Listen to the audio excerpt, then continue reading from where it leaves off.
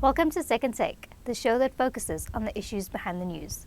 The state-owned Industrial Development Corporation is fiercely supporting technologies that will enable South Africa to beneficiate more effectively and has set its sights on the research and development of low-energy technology.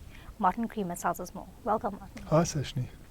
So a new platinum processing method is significantly reducing electricity consumption. Can you tell us about this? I'm very impressed with what the IDC, which is the Industrial Development Corporation, state-owned entity, normally goes into risk ventures and gives money to that sort of cause, has done well with research and development into platinum processing. And, this goes back a few years where they linked up with a platinum company that was doing research into a better way of processing. Rather than using 1,300 degrees Celsius to smelt the platinum and then process it, they were going along a different route called the hydrometallurgical route as opposed to the pyrometallurgical route. And they have just completed this bankability feasibility study, which is a very good sign because it's almost becoming commercial now. So the IDC has kept with this all the way through. And now it looks like being a success. It could really benefit the platinum industry at a time when it really needs it, because platinum costs need to come down. We can see that the price isn't playing ball. The price is low, unexpectedly low, below the $1,000 an ounce mark. And every time you think, well, it's got to go and follow gold, which is going into the 1,200 plus arena, it doesn't follow it anymore. Those two used to be terrible twins, used to follow each other around.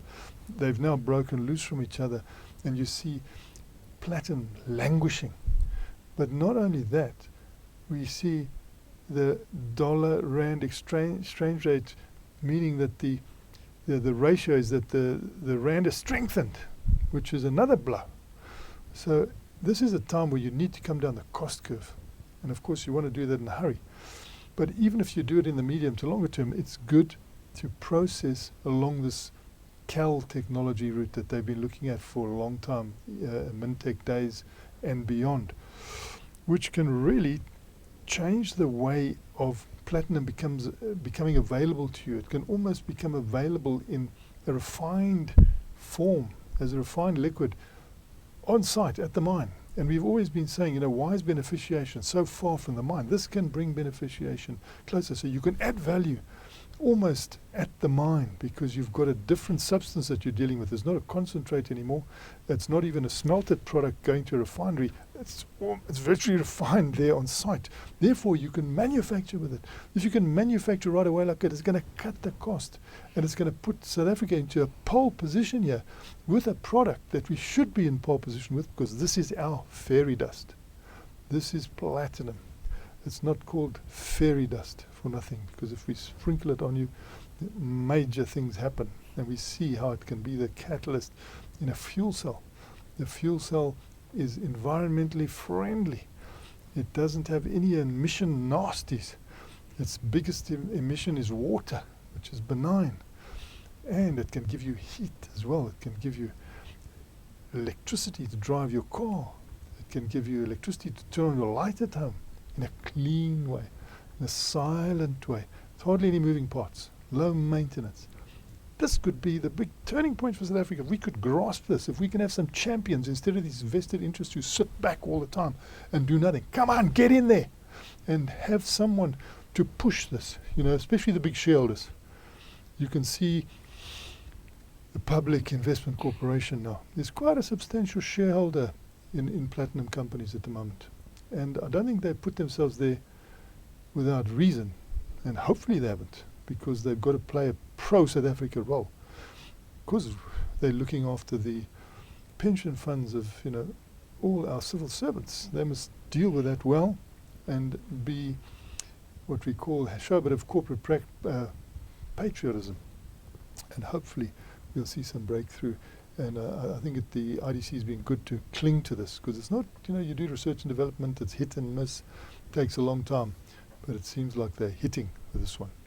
Another low energy technology being promoted is super scrap. Can you tell us about that? This is also annoying, because we shouldn't be exporting the lowest value product you can ever get. Here you get scrap. scrap metal, ferrous metal. You'd think it's the pits, man.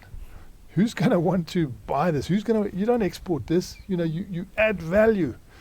And we've all been told, don't just send out the raw material, do something with it. That's been the South African mantra for so long. Now you're sending out the lowest form of raw material, scrap. And nobody's prepared to stop, because you get these scrap people going around. Often they're in need of money. So they're poor people, they're collecting. I've begun to call it urban mining. They go around and they look for the scrap metal. They put it in their bin and they push it along the road. You see them doing it. But that, no matter how hard the government tries and says to them, please guys, let the locals come and just have a look at that before you export. They might give you a better price. You find horrific stories. They come to inspect it and suddenly you see wild dogs on them and all sorts of ridiculous things, because the people want to be able to export that. They're earning foreign currency, and their argument is that they're giving a lot of poor people work and don't interfere. And normally it's very difficult to interfere. So what the IDC has come along with is they backed a new process where you can get an alternative to that scrap by processing magnetite, on a dump that's just lying there, doing nothing. And you can feed that as a quality material into the likes of these big electric arc furnaces. You're waiting there for scrap, but can't get the quality scrap that they need because people are sending it out the country. You can suddenly get access to that. And that has also gone a long way towards being realized from a research into development and a very low energy method of doing it, which is very interesting, more like a briquetting. And as we see, that itself could have an export potential, so I hope that doesn't run away with us. But this super scrap is ready to be put into these electric arc furnaces. It seems they've reached that point. So another plus on taking a risk with research and development, which often goes the wrong way. Now, what about the low-energy ferrochrome alternative? Yeah, now I better get more on that, because that is one which I haven't been able to get too much detail on. All I could get is that it uses electricity very sparingly.